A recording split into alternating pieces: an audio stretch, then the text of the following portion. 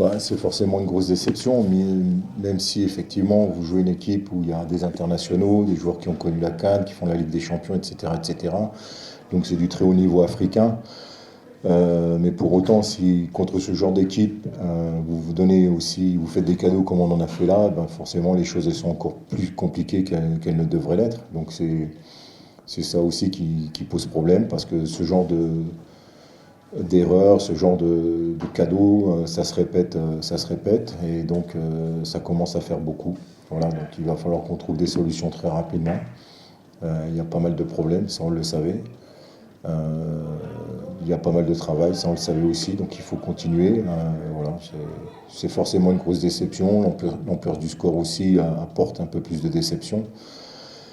Mais voilà, c'est le haut niveau, donc on a pu voir la différence individuellement et collectivement. Ok.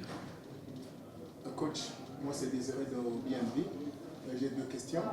La première, à peine des semaines au Rwanda, est-ce que vos joueurs, on peut dire qu'ils ont assimilé votre tactique, qu'ils ont assimilé ce que vous voulez dans le jeu?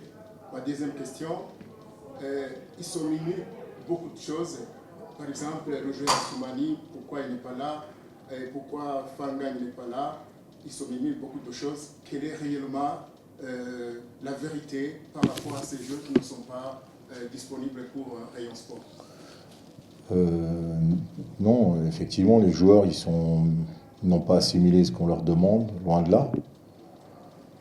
Voilà, mais parce que c'est des choses qui demandent du temps, et forcément du temps on n'en a pas, donc aujourd'hui on va être obligé d'être beaucoup plus pragmatique que ce qu'on l'a été jusqu'à présent, d'aller beaucoup plus à l'essentiel. Il faut qu'on revoie notre copie tout simplement, parce qu'il y a peut-être des choses qu'on demande aujourd'hui et on n'a peut-être pas forcément le temps pour atteindre la performance comme on le souhaite. Donc on va réfléchir à ça. On a un match qui arrive très vite mercredi.